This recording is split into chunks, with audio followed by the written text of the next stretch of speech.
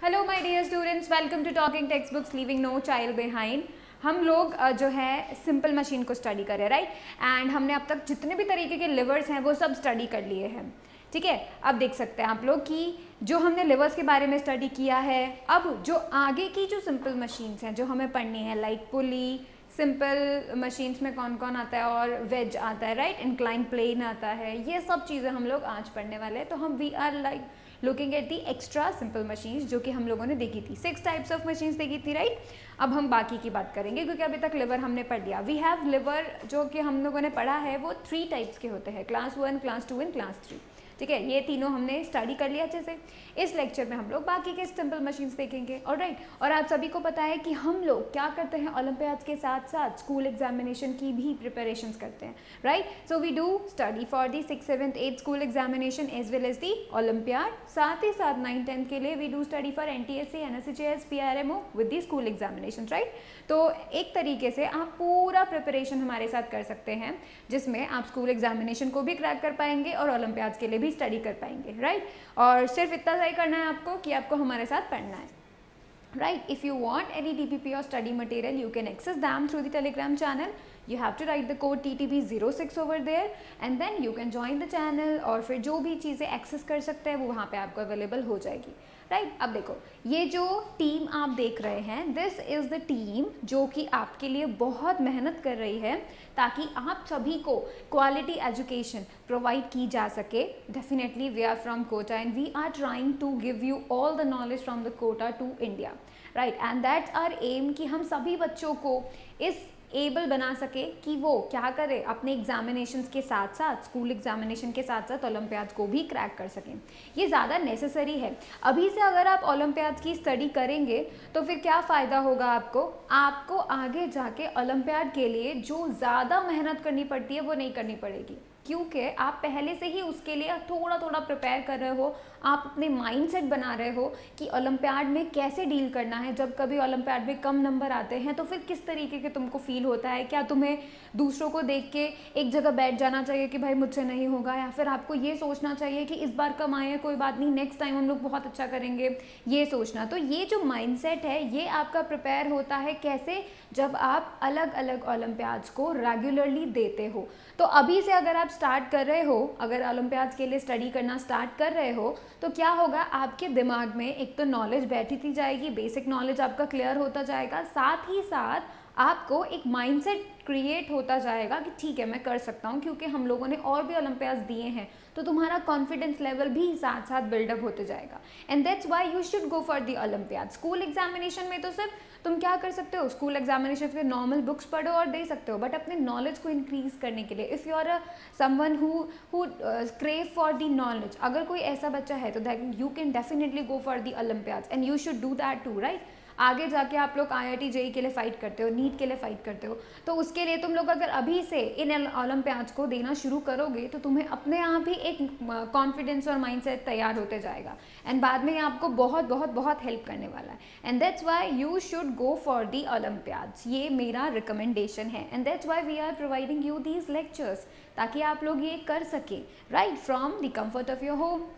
अब देखो, if you want something that guides you, अगर तुम्हें ऐसा लगता है कि भाई तुम्हें कोई प्रॉपर गाइडेंस नहीं मिल रहा है, then you can definitely join us. कैसे आप ज्वाइन कर सकते हैं, you can go on this website, that is www.talkingtextbooks.in। इस वेबसाइट पर you will be getting 2 type of packages. The number 1 is what, the number 1 is the full package, number 2 is the test series. अब देखो, जो full package है ये किन बच्चों के लिए, ये उन बच्चों के लिए है जिन्हें ऐसा लगता है कि उन्हें कोई प्रॉपर गाइडेंस नहीं मिल रही है रिगार्डिंग दी ओलंपियाड्स। देखो, स्कूल एग्जामिनेशंस के लिए तो तुम्हें स्कूल में भी गाइड कर देंगे, तुम्हें ये बोल दिया जाएगा कि भाई स्कूल में तुम्हें ये पढ़ना है, इस तरह पढ़ना है, टीचर तुमको रिवीजन करवाएगी, इंपॉर्टेंट क्वेश्चंस बताएगी, इंपॉर्टेंट टॉपिक्स बताएगी, तो तुम लोग क्या करोगे, उसको स्टडी कर लोगे, स्कूल एग्जामिनेशन क्रैक कर लोगे।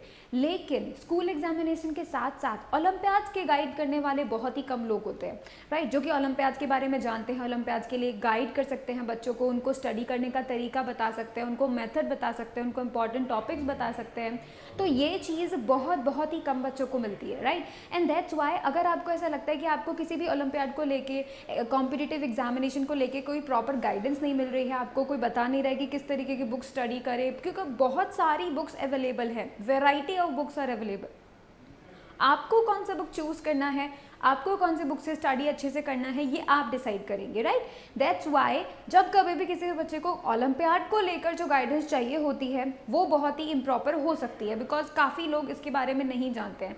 So what is the best material in the market for the Olympiads आपको नहीं पता चलेगा, right. And that's why you have a need for the guidance, a proper guidance. आपको कैसे स्टडी करना है, आपको कितना स्टडी करना है, आपको किस लेवल तक नॉलेज गेन करना है ताकि आप ओलंपियाड्स को क्रैक कर सको, ये सभी बातें क्लियर हो सकती है। कैसे? वो इस फुल पैकेज से क्लियर हो सकती है। वो कैसे? देखो, फुल पैकेज में you will be getting the study material. Study material में क्या होगा? स्कूल एग्जामिनेशंस के भी क्वेश्चंस होंगे, राइट, एंड ओलंपियाड के भी क्वेश्चंस होंगे। तो सेम टॉपिक है, उसी टॉपिक से किस तरीके से स्कूल एग्जामिनेशन में क्वेश्चन पूछे जाएंगे और उसी टॉपिक से किस तरीके से ओलंपियाड के क्वेश्चंस पूछे जाएंगे, वो दोनों ही तरीके आपको हमारे स्टडी मटेरियल में मिल सकते हैं। सो बेसिकली आप चैप्टर एक ही पढ़ोगे, लेकिन आप स्कूल एग्जामिनेशन के लिए भी पढ़ रहे हो और वही चैप्टर आप ओलंपियाड लेवल के लिए भी पढ़ रहे हो। तो बेसिकली आप दोनों ही एग्जाम्स को एक साथ क्लियर करने में केवल, मतलब यू कैन से उसमें आप एबल बन सकते हैं, right. And that's why this study material is helpful, will be a helpful a lot, बहुत ज़्यादा आपके लिए हेल्पफुल होगा, right. Second thing, you will be getting the video classes, ठीक है, ऑनलाइन क्लासेस जो हम लोग ले रहे हैं, वीडियो लेक्चर जो आपको प्रोवाइड हो रहे हैं।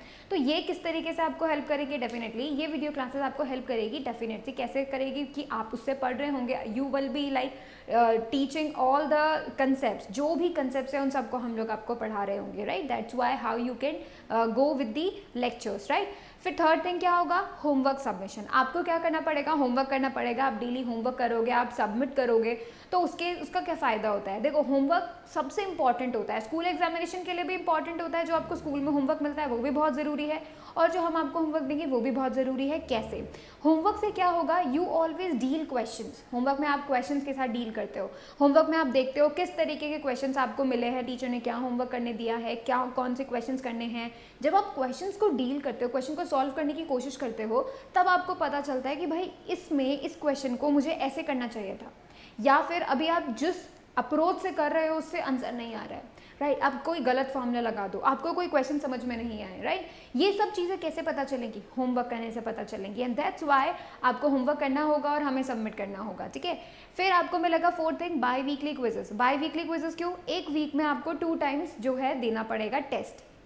वो क्यों? क्योंकि देखो, लेक्चर आप देखेंगे, टेस्ट देंगे, लेक्चर देखेंगे, टेस्ट देंगे, तो आपको हर एक लेक्चर के लिए ये पता चलेगा कि आप उस लेक्चर में से कितना सीखे और कितना नहीं।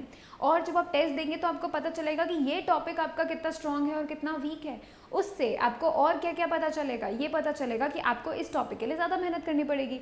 जो आपका हार्ड है, आपको लगता है बहुत ज़्यादा हार्ड है, आपको नहीं समझ में आ रहा है, उसके क्वेश्चंस कम बनते हैं आपसे, तो you can definitely go for that. उसको 2-3 बार पढ़ो, साथ साथ पढ़ो, ठीक है। तो आपको बहुत जल्दी जल्दी फीडबैक मिलता है। ये फीडबैक आपके लिए हेल्पफुल होगा। कैसे हेल्पफुल होगा? ताकि जैसे स्कूल एग्जामिनेशंस में क्या होता है, पढ़ाते हैं, अब 2 महीने हो गए हैं एंड देन 1 टेस्ट होता है, राइट। ये तरीका एक तरीके से ये बहुत ही लॉन्ग मेथड होगा किसी भी बच्चे को पढ़ाने के लिए, बिकॉज उसमें क्या होता है, तुम एक साथ पढ़ते हो फिर एक बार में टेस्ट देते हो, तो तुम रिविजन सिर्फ टेस्ट से पहले ही करते हो, जो कि गलत है। आपको रेगुलर रिवीजन करना होता है, और वही चीज़ इस टेस्ट में आपको हेल्प करेगी बाई वीकली क्विज में। क्यों? क्योंकि आप लेक्चर पढ़ेंगे, टेस्ट देंगे, लेक्चर पढ़ेंगे, टेस्ट देंगे, तो क्या होगा इससे? आप लोग रिवीजन रोजाना करेंगे, क्योंकि हर बार आपको टेस्ट देना पड़ेगा, राइट। इसकी वजह से आपको जल्दी जल्दी पता चलेगा कि भाई मेरा ये टॉपिक वीक है, तो आप उसी वक्त उसको तैयार कर सकते हैं, आपको 2 महीने का इंतजार नहीं करना पड़ेगा, राइट। फिर आपको क्या मिलेगा? Periodic test papers. ये जो पीरियोडिक टेस्ट पेपर्स होंगे वो इस लेवल के हम लोग बनाते हैं कि आपको ओलंपियाड के क्वेश्चंस, उनका लेवल ईजी होता है, हार्ड होता है, ठीक है, मीडियम होता है, किस लेवल का नॉलेज चाहिए, राइट। ये सभी चीज़ें हम आपको बता सकते हैं, जो कि आपको पीरियोडिक टेस्ट पेपर्स के थ्रू बता दी जाएगी, राइट। तो ये आपको पता चलेगा पैटर्न से कि भाई किस तरीके का एग्जाम आता है, और उससे आप फैमिलियर अगर एक बार हो जाते हो तो आप अपनी बहुत बड़ी यू कैन से एक अचीवमेंट आप अपने लिए बना लेते हो, क्योंकि आप फाइनल एग्जाम को देने के लिए थोड़ा सा और करीब हो जाते हो, राइट। तो आपको पैटर्न तो डेफिनेटली पता होना चाहिए, किस तरीके के क्वेश्चन आ रहे हैं, ठीक है, कितने क्वेश्चन आ रहे हैं, लेवल उनका क्या है, ये सब बातें क्लियर हो जाएंगी आपको पीरियोडिक टेस्ट पेपर से। एंड दैट्स वाई ये जो फुल पैकेज है, ये पूरा फुल पैकेज है। If you want to study with this throughout the year, you can definitely crack all the examinations you are gonna fight for, right. And the second thing you will be getting is the test series. तो ये जो test series है, ये जो उन बच्चों के लिए जो खुद को टेस्ट करना चाहते हैं, definitely that means you will be getting the video lectures, you will be getting the biweekly quizzes, you will be getting the periodic test papers. तो ये चीज़ें आपको मिलेंगी जिससे आप खुद को टेस्ट कर सकते हो और पता कर सकते हो कि आपका कौन सा टॉपिक स्ट्रॉन्ग है एंड कौन सा वीक है, राइट।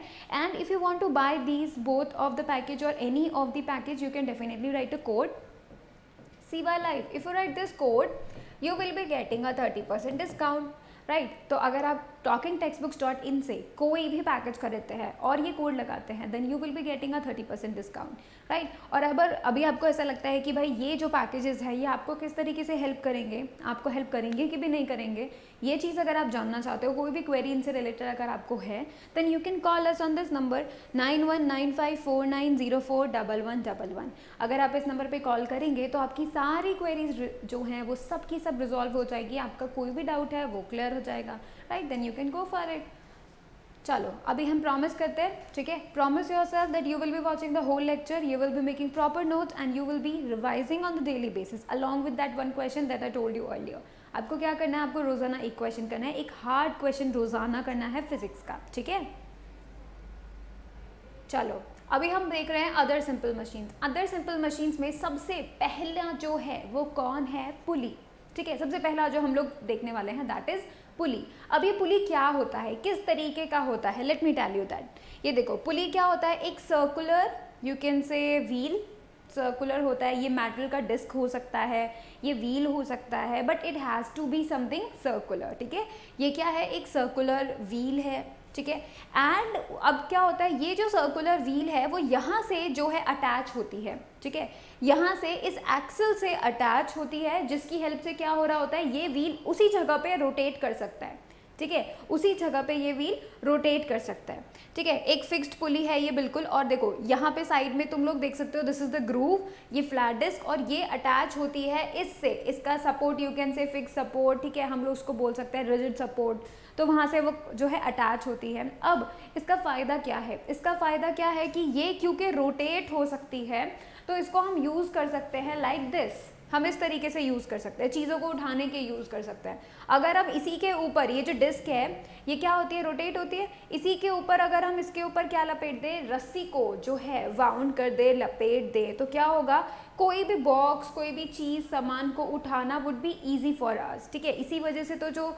गांव में पहले जो कुएं होते थे तो उनके ऊपर भी इसी तरीके की पुली होती थी, राइट। तो उससे क्या होता था, पानी निकालना बहुत ईजी हो जाता था, है ना। अब देखो pulley is a flat circular disc, एक फ्लैट सर्कुलर डिस्क होती है, ठीक है, having a groove in its edge, उसके एज में, एज मतलब चारों तरफ क्या होता है, ग्रूव होता है, क्योंकि जो रस्सी हम लपेटते हैं उसकी जगह भी तो चाहिए, राइट। तो उसकी जो जगह होती है जिसके ऊपर रस्सी को लपेटा जाता है, राइट, वो चीज़ क्या होती है, ग्रूव होती है, ठीक है। And capable of rotating about a fixed point, इस फिक्स्ड पॉइंट के अबाउट मतलब इस फिक्स्ड पॉइंट के से वजह से यहाँ से अटैच है, फिक्स है, एंड इट कैन रोटेट। ऐसा नहीं है कि ये व्हील आगे चला जाएगा, उधर चला जाएगा, ये व्हील वहीं का वहीं रहेगा, but it will like rotate at its own place, ठीक है। पासिंग थ्रू इट्स सेंटर, उसके सेंटर से ये फिक्स पॉइंट जा रहा होता है, ठीक है, इस पूरे सर्कुलर के व्हील के सेंटर से जा रहा होता है, ठीक है। And is commonly called axle, उसको क्या बोलते हैं हम लोग, एक्सल बोलते हैं जिस पॉइंट से जो है कनेक्टेड होता है, जिस जगह से बिल्कुल फिक्स होती है, तो उसको क्या बोल देते हैं, हम लोग बोल देते हैं एक्सल, ठीक है। अब ये चीज़ तुम्हें ध्यान रखनी है कि पुली का मतलब क्या हुआ। ये जो पुली है ना, ये सिंपल मशीन है और ये कई जगह यूज़ होती है, कई जगह। तुम लोग मतलब अपने रियल लाइफ में अगर आसपास भी देखो ना तो भी तुम्हें पता चलेगा कि ये सचमुच में बहुत सारी जगह अवेलेबल है, जहाँ हमें पता भी नहीं था कि इस जगह पे ये अवेलेबल होगी कि भी नहीं, राइट। तो देखो ये पुली बहुत एक तरीके से यूजेबल है, कई जगह यूज़ होती है। साथ ही साथ यू हैव टू रिमेंबर कि यहाँ पे क्या, किस चीज़ को हम पुली बोलते हैं। है, राइट। देखो एक सर्कुलर व्हील होता है, ठीक है, उसके चारों तरफ क्या होता है, ग्रूव होता है जहाँ पर रस्सी को लपेटा जाता है, ठीक है। तो एक सर्कुलर डिस्क जिसके चारों तरफ रस्सी को लपेटा जाता है, दैट्स कॉल्ड द ग्रूव। वो जो व्हील होता है वो बिल्कुल सेंटर से क्या होता है, एक फिक्स पॉइंट से जुड़ा होता है जिसे हम एक्सल बोलते हैं, राइट। वो जो फिक्स पॉइंट है उसकी वजह से क्या हो रहा होता है, वो जो व्हील है सिर्फ रोटेट कर सकता है, वो व्हील और कहीं मूव नहीं कर सकता, आगे पीछे ऊपर नीचे कहीं नहीं मूव कर सकता, वो सिर्फ रोटेट कर सकता है, ठीक है। और ये चीज़ हम लोगों ने क्या किया है, पूरे सिस्टम को एक सपोर्ट से उसको जोड़ दिया है, ठीक है। तो व्हील जो पुली होता है वो इस तरीके से रोटेट कर सकता है और चीज़ों को ऊपर नीचे लेके जा सकता है यूजिंग दिस रोप, ठीक है। तो अभी आप क्या करेंगे, पुली को फटाफट से इसका डेफिनेशन नोट करेंगे, then we will be seeing some uses for this.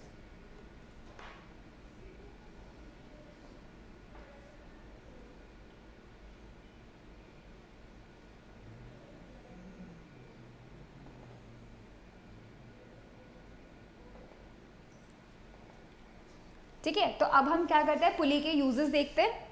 पुली के यूजेस क्या होंगे, सबसे पहला तो देखो क्रेन में। अब आप सोचोगे क्रेन में कहाँ यूज़ होती है पुली, देखो ये जो हैंगर है जहाँ से चीज़ों को लटका के ऊपर उठाया जाता है, तो ये हैंगर भी तो ऊपर नीचे जाता है, राइट। ऊपर नीचे जाने की वजह से यहाँ पर देखो ये एक पुली है जो कि क्या करती है, इस रस्सी को ऊपर खींचती है और इस रस्सी को नीचे भेजती है। तो यहाँ पर भी क्या हो रहा है, पुली का यूज़ हो रहा है। अब देखो इतनी कॉम्प्लेक्स मशीन है, कितनी हार्ड मशीन है, उसमें भी सिंपल मशीन का यूज़ हो रहा है। तो इसका मतलब क्या हुआ कि ये जो सिंपल मशीन्स है इन्हीं को से जोड़ के हम लोगों ने एक बहुत कॉम्प्लेक्स मशीन्स बनाई है, राइट। इसका दूसरा एग्जाम्पल देखो, जब कभी भी हम लोग क्या करते हैं, फ्लैग होइस्टिंग करते हैं, राइट, वी डिड दैट, हमने किया भी है।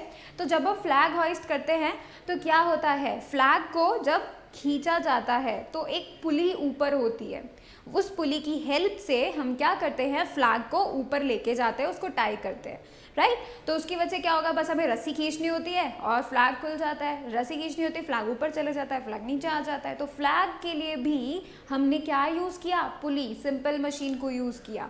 फिर आप देख सकते हैं जो जिम हम लोग करते हैं, ठीक है, आप लोगों ने बड़े लोगों को करते हुए भी देखा होगा, तो उसमें क्या होता है, जिम में बहुत सारे इक्विपमेंट्स होते हैं, ठीक है। उसमें से एक इक्विपमेंट क्या होता है कि तुम लोग ऐसे रॉड पकड़ के उसको नीचे करते हो, फिर ऊपर करते हो, फिर नीचे करते हो, राइट।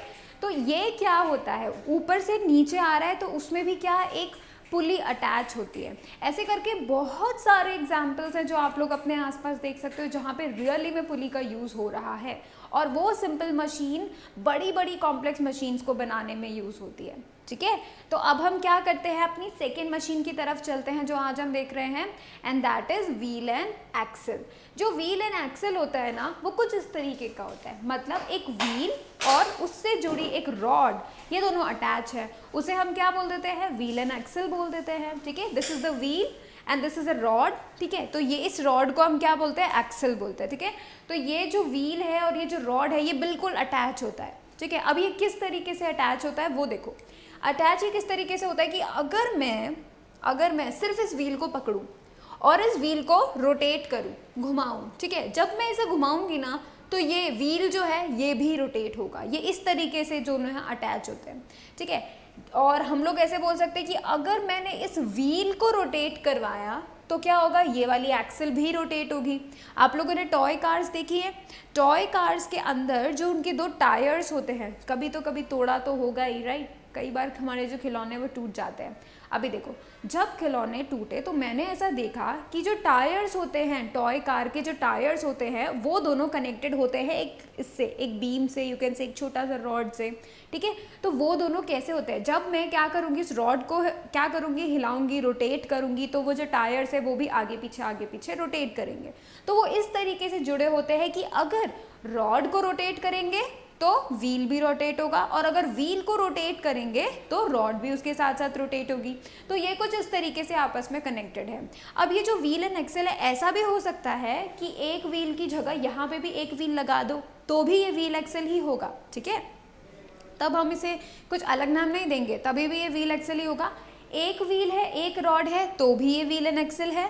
दो व्हील्स होंगे अगर और एक रॉड होगा तो भी इसको हम व्हील एंड एक्सल ही बोलेंगे, ठीक है। ये चीज़ आपको क्या करनी है, ध्यान में रखनी है। अब देखो, a wheel and axle is a simple machine made up of two cylindrical objects of different sizes. अब तुम बोलोगे यहाँ पे सिलेंडर्स कहाँ हैं, यहाँ पे भी सिलेंडर्स हैं, वो भी 2 सिलेंडर्स हैं। कैसे, देखो ये जो व्हील है, ये जो पूरा का पूरा व्हील है, देखो सिलेंडर कैसा होता है, वो कुछ इस तरीके से होता है ना, ठीक है, सिलेंडर कुछ ऐसा होता है। अब अगर मैं इस सिलेंडर को क्या करूँ, ये वाली जो लेंथ है इसको अगर मैं कम कर दूँ तो मुझे क्या मिल जाएगा, ये मिल जाएगा।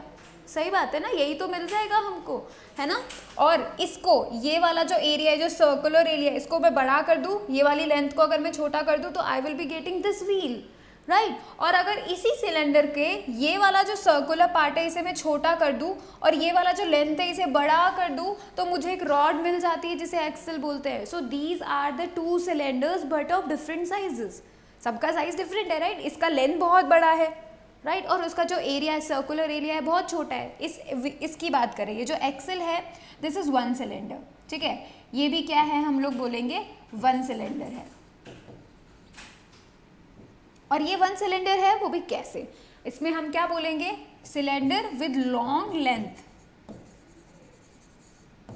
ठीक है, बड़ी लेंथ होती है एंड शॉर्ट सर्कुलर एरिया।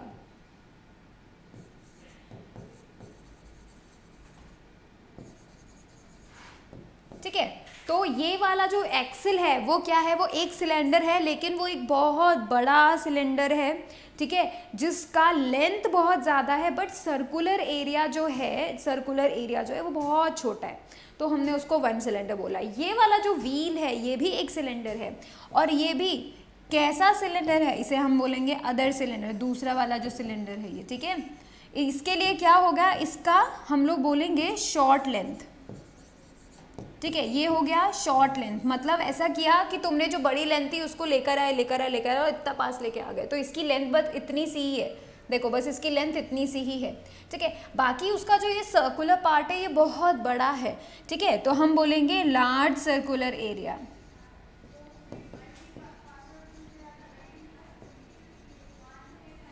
ठीक है, इसका लार्ज सर्कुलर एरिया है बट शॉर्ट लेंथ है, ठीक है। अभी देखो, अभी हमको क्या पता करना है आगे, the axle a small wheel, ये जो है एक्सल वो स्मॉल व्हील है, स्मॉल सिलेंडर है, ठीक है, is attach to the centre of a larger wheel. ये किससे अटैच है, जो बड़े वाला व्हील है उसके सेंटर से अटैच है, ठीक है, बड़े वाले सिलेंडर के सेंटर से अटैच है। All wheels need an axle, ये जो व्हील है ना, इस व्हील को रोटेट करने के लिए हमें हमेशा एक ना एक एक्सल तो चाहिए ही चाहिए, राइट। अभी देखो, the wheel and axle must move together to be a simple machine. ये जो व्हील एंड एक्सल होता है इनको साथ साथ ही मूव करना होता है, अगर ये साथ साथ मूव नहीं करेंगे तो ये सिंपल मशीन नहीं बनेंगे। इन दोनों को बिल्कुल कनेक्ट रखा जाता है, वो जानबूझ के कनेक्ट रखा जाता है कि ये साथ साथ मूव करे और तभी इनको हम एक साथ सिंपल मशीन बोलेंगे, ठीक है। अ व्हील और एक्सल लिफ्ट और मूव लोड, ये जो व्हील एंड एक्सल है सोचो कैसे लिफ्ट कर सकते हो और कैसे वो जो है किसी भी चीज़ को लेके जा सकते हैं, मूव कर सकते हैं लोड को, सब पॉसिबल है कि नहीं है, देखते हैं, पता करते हैं, ठीक है। अभी हम जो है एक इम्पॉर्टेंट चीज़ और देखेंगे लेकिन मुझे ऐसा लगता है वो छुप जाएगी, देखो वो छुप गई है पर कोई बात नहीं। Effort applied to the wheel turns the axle, अगर हम व्हील को एफर्ट उस पर अप्लाई करेंगे, व्हील को रोटेट करेंगे तो एक्सल भी रोटेट होगी साथ साथ, ठीक है। और effort applied to the axle turns the wheel, और क्या होगा अगर मैं एक्सल को रोटेट करूंगी तो उसके साथ साथ, क्योंकि दोनों अटैच हैं, तो व्हील भी क्या हो जाएगी, रोटेट हो जाएगी, right. They move together which effort to applied to the wheel and axle spread the force over a greater distance। क्या होता है, उन दोनों को साथ साथ हम लोग एफर्ट देते हैं, राइट, उन दोनों को साथ साथ एफर्ट देते हैं, तो क्या होता है, एक जना अगर रोटेट होगा तो दूसरा वाला उसके साथ साथ ही रोटेट होगा, तो इससे क्या फ़ायदा हुआ, इससे फ़ायदा हुआ कि जो फोर्स हम लोगों ने अप्लाई किया है वो क्या हो रहा है, एक लार्जर डिस्टेंस पे स्प्रेड आउट हो जाता है, ठीक है। अब ये जो व्हील एंड एक्सल है इसके क्या यूजेस हैं, फर्स्ट आप देखो कार्स में यूज़ होते हैं, कार के 2 टायर्स, राइट, वो क्या हो जाएंगे, व्हील हो जाएंगे, उन दोनों को जोड़ने वाला जो होगा लाइन उसे हम बोलेंगे एक्सल। राइट। तो this can make a wheel and axle, right. ये रोटेट होगा रॉड, तो ही क्या होगा, ये जो इंजन है वो रोटेट करता है रॉड को, और फिर ये जो रॉड है क्योंकि व्हील्स उससे अटैच होते हैं तो वो क्या करेंगे, व्हील्स को रोटेट करेंगे, and that's how a car moves. ठीक है, तो ये बहुत ही बढ़िया एग्जाम्पल है व्हील एंड एक्सल का।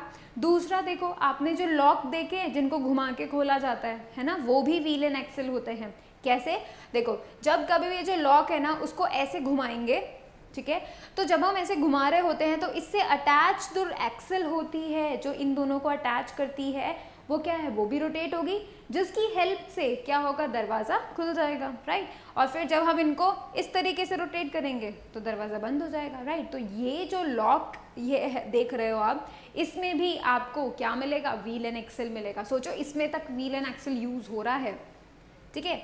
इसमें देखो ये क्या है, सिंपल, ये पुली भी बोल सकते हैं और व्हील एंड एक्सल भी। कैसे व्हील एंड एक्सल, क्योंकि देखो ये है एक बड़ा सा एरिया जिसके ऊपर रोप जो है वो लपेटी गई है, मतलब यू कैन से बाउंड की गई है।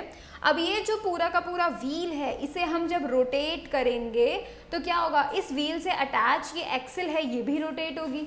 अब क्योंकि ये भी रोटेट होगी तो क्या होगा, इसके ऊपर जो रोप जो है उसको लपेटा गया है वो भी रोटेट होगी, और उस व्हील से यू कैन से उस रोप से अटैच जो बकेट है फिर वो भी अप एंड डाउन जाएगी, राइट। तो ये क्या है, ये व्हील एंड एक्सल का एग्जांपल है, because this wheel is attach to this axle. Wheel को रोटेट किया, मेहनत किया व्हील पे, एफर्ट लगाया व्हील पे, साथ साथ एक्सल रोटेट हुआ, और उसके हेल्प से ये जो बकेट है ये अप एंड डाउन मूव करती है, राइट। तो ये सब के सब तरीके किसके हैं, व्हील एंड एक्सल के। उसके अलावा भी बहुत सारे ऐसे एग्जाम्पल्स हैं जहाँ पे व्हील एंड एक्सल को यूज़ किया जाता है, ठीक है। अभी देखो इंक्लाइन प्लेन की बात करते हैं, थर्ड हमारी जो मशीन है, ठीक है। इंक्लाइन प्लेन जो मशीन है वो कैसी होती है, सिंपल एक रैम्प होता है, ठीक है। ये रैम्प जो है बहुत ईजी है। कैसे ईजी हम लोग कैसे बोल सकते हैं, क्योंकि जैसे हमारे घर में कई बार क्या होता है, जब हम किसी भी कार स्कूटर को जब हम अपने घर के अंदर लेकर जाते हैं तो क्या होता है, एक रैंप लगा होता है, ठीक है। बाहर से रैंप से चढ़ के गाड़ी सीधे अंदर चल जाती है। दूसरी और जगह पे भी जहाँ पे कार वॉशिंग होती है, ठीक है, जहाँ पे कार को सही किया जाता है, मैकेनिकल वाली जो शॉप है वहाँ पे भी क्या होता है, रैंप लगा होता है, उस रैंप से कार चढ़ जाती है। ये जो इतनी हैवी ऑब्जेक्ट्स हैं, इन हैवी ऑब्जेक्ट्स को हम लोग उठाने से ज़्यादा उसको एक स्लोप से लेकर जाते हैं, एक प्लेन से लेकर जाते हैं, and that is what the incline plane. ये जो इंक्लाइन प्लेन है ये कुछ इस तरीके का होता है। तो मोस्ट कॉमनली तुम अपने घर के सामने रैंप पे देख सकते हो, फिर आप देख सकते हो स्लाइड्स जो आप खेलते हो, ठीक है, जब आप पार्क में जाते हो खेलते हो तो वहाँ पे स्लाइड्स होती हैं, वो जो स्लाइड्स होती हैं वो भी ये क्या होती है, इंक्लाइन प्लेन होती है। तो that can also be taken as the incline plane, है ना। Incline plane is a flat surface set at an angle. सिर्फ उसको क्या किया था, एक ढलान पे एक एंगल पे हमने सेट किया हुआ है, that's why it is such an incline plane, ठीक है। सिर्फ उसी को इंक्लाइन प्लेन बोल दिया है, other than a right angle against a horizontal surface. तो देखो हॉरिजॉन्टल सरफेस जमीन, उसके एंगल पे अगर हमने कोई फ्लैट सरफेस रख दी that will be taken as the incline plane, ठीक है। अब ये जो इंक्लाइन प्लेन है ये हमें किस तरीके से हेल्प करेगा, हमारी क्या मदद करेगा, वो हम लोग देख लेते हैं। देखो इस बड़ी सी ऑब्जेक्ट को उठाना, ठीक है, इस बड़ी सी ऑब्जेक्ट को उठाकर ऊपर लेके जाना would be so much drastic, और इतना ज़्यादा एफर्ट उसके लिए चाहिए होगा, बल्कि उसको रोटेट करके लेके जाना इस रैंप की हेल्प से would be very much easy. तो क्या हुआ, हमारी मेहनत कम हुई ना, हमारे एफर्ट कम हुए, तो ये हमें क्या दे रहा है, एडवांटेज दे रहा है, that's why it is taken into the simple machine. ये हमको हेल्प कर रही है, कैसे हेल्प कर रही है, एक हैवी से ऑब्जेक्ट को जिसे हम उठा के लेके जाना चाहते थे, ठीक है, मतलब हमारा मेन मकसद है कि उसको वहाँ तक पहुँचाएं। अब हम उस पूरे का पूरे को उठाएंगे, वहाँ पे रखेंगे, बहुत मेहनत लगेगा। उसके अलावा हमारे पास एक अच्छा सा इंक्लाइन प्लेन है, उसको यूज़ करेंगे तो बहुत ईजीली जो है हमारा पूरा का पूरा काम हो जाएगा, हम पूरी की पूरी इतनी बड़ी ऑब्जेक्ट ऊपर चले जाएगी जहाँ उसे पहुँचना चाहिए था, राइट। तो ये बहुत हेल्प करती है, हमारा बहुत ज़्यादा हेल्प करती है। अब देखते कैसे हमको हेल्प करती है। ये क्या करती है, it offers a mechanical advantage in that the force required to move an object up the incline is less than the weight being raised. Weight को उठाना और किसी भी बॉडी को इंक्लाइन के थ्रू लेके जाना वुड बी ईजी, वेट पे जब हम उसको पूरा का पूरा उठा रहे हैं तो that means we are overcoming its weight which is very much heavy, but लेकर जाना में हमारे एफर्ट्स बहुत ही कम लगेंगे ऑन द इंक्लाइन। एग्जाम्पल से बताते हैं, लाइक दिस, देखो जब हम इंक्लाइन प्लेन को यूज़ करेंगे तो क्या होगा, इस एग्जाम्पल से देखते हैं। इंक्लाइन प्लेन से हमारा जो एफर्ट लगा वो ऑलमोस्ट 10 kg का लगा, ठीक है, ऑलमोस्ट 10 kg का, और इजीली उसको वहाँ तक लेके चले गए। लेकिन अगर इसी बॉक्स को अगर उठा के रखने की कोशिश करते तो हमको कितना चाहिए, 25 चाहिए, और हमारा काम सिर्फ 10 को देने से ही हो गया, तो फ़ायदा हमारा ही तो हुआ, हमको 25 नहीं देना पड़ा, कितना हमारा कम हो गया effort. And that's how this incline plane is going to help us, ये हमारे ही एफर्ट को क्या कर देता है, कम कर देता है। तो बेसिकली क्या हो रहा होता है, जब हमें ज़्यादा एफर्ट चाहिए, इसको यहाँ से यहाँ तक पहुँचाने के लिए ज़्यादा एफर्ट चाहिए, तो उठाकर लेकर जाने में हमारी मेहनत ज़्यादा लगेगी। हम चाहते हैं हमारी मेहनत कम लगे, है ना, और हमारा काम भी हो जाए। ये मैकेनिकल एडवांटेज हमें कैसे मिल रहा है, यूजिंग दिस इंक्लाइन प्लेन। इसमें सिंपली उसको रोल लेकर थोड़ा बहुत हमको फोर्स देना होगा, रोल करके उसको वहाँ तक पहुँचा दो, तो इसमें हमारी हेल्प हुई, राइट। तो अभी आपको क्या करना है, अभी आपको उसको फटाफट से नोट कर लेना है।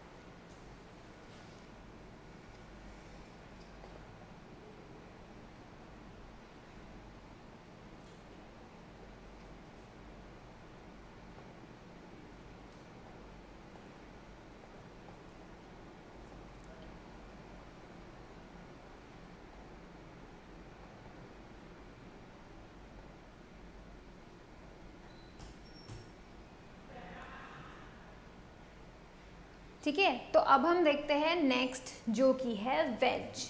ये जो वेज है, ये वेज हमें कैसे हेल्प करता है, ये वेज होता क्या है। देखो वेज होता है कुछ इस तरीके से, you can see it like this. देखो इसको जब हम देख रहे हैं तो हमें किस तरीके का शेप मिल रहा है, दो incline plane are connected to each other. कैसे, देखो ये है एक incline plane, let me do that again, ये है एक इंक्लाइन प्लेन, ये है इंक्लाइन प्लेन। इन दोनों इंक्लाइन प्लेन को हमने क्या किया, जोड़ दिया, ठीक है। These are two incline plane, this one, ठीक है, and this one, these both are what, the incline plane. इन दोनों इंक्लाइन प्लेन को हमने क्या किया, कनेक्ट कर दिया एक दूसरे से कनेक्ट कर दिया। जब हमने एक दूसरे से कनेक्ट किया तो क्या मिला हमको, एज अ रिजल्ट हमें एक नया सिंपल मशीन मिला, जिसे हमने क्या बोला, वेज, ठीक है, उसको हमने क्या बोला, वेज बोला। देखो the wedge is like an inclined plane, a wedge is two inclined plane joined together back to back, उन दोनों को back to back join कर दिया, ठीक है। अब ये हमको हेल्प कैसे करेगा, मतलब ये क्यों सिंपल मशीन की कैटेगरी में है, हेल्प कैसे करेगा वो देखो, हम कभी भी किन्हीं भी दो चीज़ों को अगर काट रहे हैं, ठीक है, दो चीज़ों को तो नहीं, एक चीज़ को ही काटेंगे बट दो टुकड़ों में काट रहे हैं, कैसे, हमको क्या करना पड़ेगा, ऊपर से वेज को लेके जाना पड़ेगा। हम ऊपर से वेज को लेंगे तो हमारा फोर्स का डायरेक्शन कहाँ है, नीचे की तरफ, लेकिन ये वेज फोर्स कहाँ लगा रहा है, दोनों तरफ। कैसे, दोनों तरफ साइडवेज लगा रहा है, बिकॉज जो ऑब्जेक्ट है वो कट के अलग हो रही है, राइट। वो क्या करे, उसका फोर्स दोनों तरफ जा रहा है, एक इंक्लाइन प्लेन एक तरफ फोर्स लगा रहा है, दूसरा इंक्लाइन प्लेन दूसरे तरफ फोर्स लगा रहा है, तो ये हमारे हेल्प कर रहा है, राइट। हम डायरेक्शन एक दे रहे हैं, काम दो डायरेक्शंस में हो रहा है, राइट। तो we are getting two pieces. ये इसका बहुत अच्छा एग्जाम्पल्स तुम्हारे किचन में, कैसे, नाइफ, वेज जो होता है वही नाइफ होता है। नाइफ में क्या होते हैं, दो इंक्लाइन प्लेन अटैच होते हैं, हालांकि वो बहुत ही पतले होते हैं, राइट। वो क्या करते हैं, अटैच होते हैं, और उसी की हेल्प से जब हम ऊपर से फोर्स लगाते हैं तो वो जो इंक्लाइन प्लेन होते हैं वो साइड बाय साइड फोर्स लगाते हैं, and they cut the thing into two pieces. Let's say you want to cut an apple, तो आप क्या करोगे, एप्पल को काटने के लिए आप उसको रखोगे एंड देन आप नाइफ से उसको कट करने की कोशिश करोगे। ऊपर से फोर्स लग रहा है but side by side force लग रहा है, तो क्या हो रहा है, you are getting two pieces of the apple with the help of this incline plane basically. तो अभी आप देख सकते हो वुड को काटने का काम आता है, वो एक्स करती है, this x is also an example of the ways, ठीक है। ये जो नाइफ है वो भी किसका काम कर रही है, वेज का काम कर रही है, ठीक है। तो बेसिकली क्या है, ये वेज हमारे क्या हेल्प कर रहा है, वो ये हेल्प कर रहा है कि हम अपनी कन्वीनियंट डायरेक्शन में फोर्स लगा रहे हैं, ठीक है। वरना सोचो एप्पल को पकड़ना और फिर तुम दोनों तरफ से खींचना, बहुत मुश्किल होगा कि तुम उसको काट पाओ, वो भी स्ट्रेट बहुत अच्छे से। वो कौन करेगा हमारी हेल्प, उतने एफर्ट को किसने कम किया, वेज ने, नाइफ ने कम किया, राइट। उसने क्या किया, हमने कन्वीनियंट डायरेक्शन में फोर्स लगाया in the downward direction, force लग रहा है side by side and we are getting 2 pieces, right. तो that is so much helping, हमारे लिए तो बहुत हेल्पिंग हुआ, राइट। तो अभी आप क्या करो, इसका डेफिनेशन फटाफट से नोट कर लो।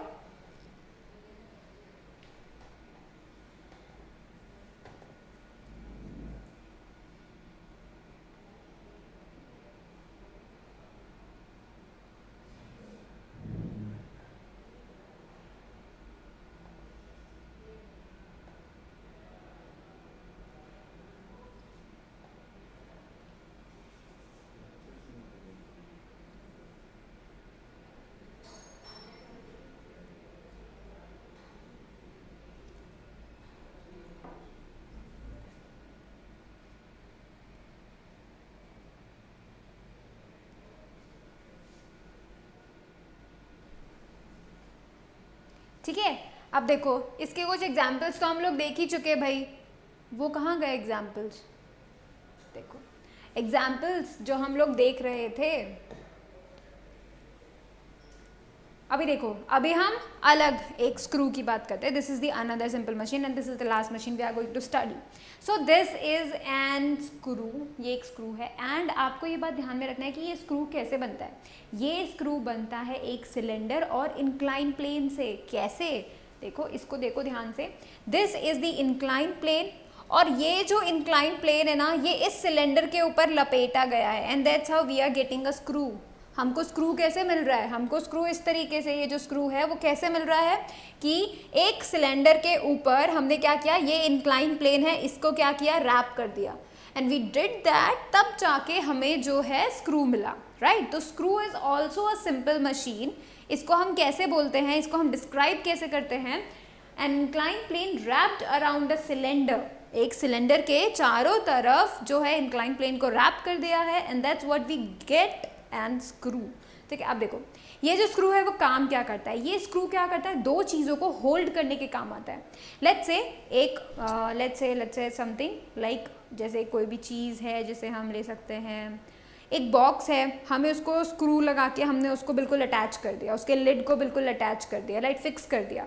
तो वो किसकी हेल्प से हो सकता है, स्क्रू की हेल्प से हो सकता है। बिकॉज देखो ये जो इंक्लाइन प्लेन इसके चारों तरफ है, ये जो इंक्लाइन प्लेन इसके चारों तरफ है, यही हमको हेल्प करेगा दो चीज़ों को क्या करने के, होल्ड करने के, वो दूर नहीं जाएं। एग्जाम्पल, बॉटल का कैप, बॉटल को कैसे बंद करते हो तुम लोग, रोटेट करके बंद करते हो, राइट। और वो क्या करता है, उसके बाद तुम बॉटल के कैप को अगर उठाओगे तो वो नहीं उठेगा, क्योंकि वो क्या हो चुका है, इंक्लाइन प्लेन क्या हो चुके हैं, आपस में होल्ड कर चुके हैं, आपस में एक दूसरे से स्टक हो गए हैं एंड दैट्स वाई इस बॉटल से इस कैप को क्या किया गया है, स्टक कर दिया है। ठीक है, तो that's why they are getting together. तो एक तरीके से ये जो स्क्रू होता है वो क्या करता है, दो चीज़ों को होल्ड करके रखता है। ठीक है, और ये जो स्क्रू है तुम्हें बहुत जगह देखने मिलता है। बॉटल ही सबसे अच्छा एग्जाम्पल है, तुम लोग पानी तो पीते होंगे, डेफिनेट सी बात है, तो उसके अंदर भी क्या है, स्क्रू यूज़ हो रहा है। स्क्रू का मतलब क्या हुआ, incline plane is wrapped around the cylinder, right.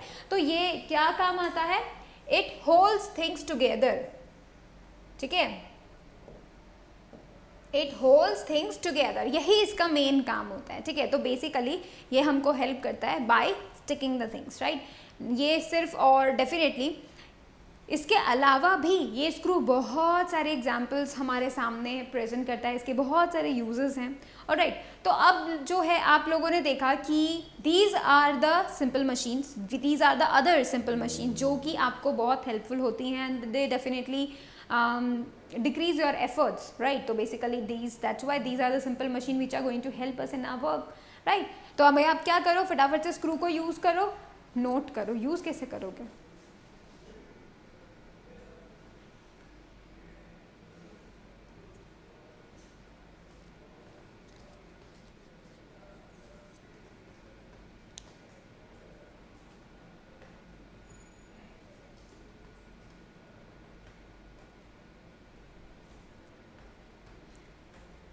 चलो अब देखो, तुम्हें अब सभी सिंपल मशीन्स के बारे में पता चला है, राइट।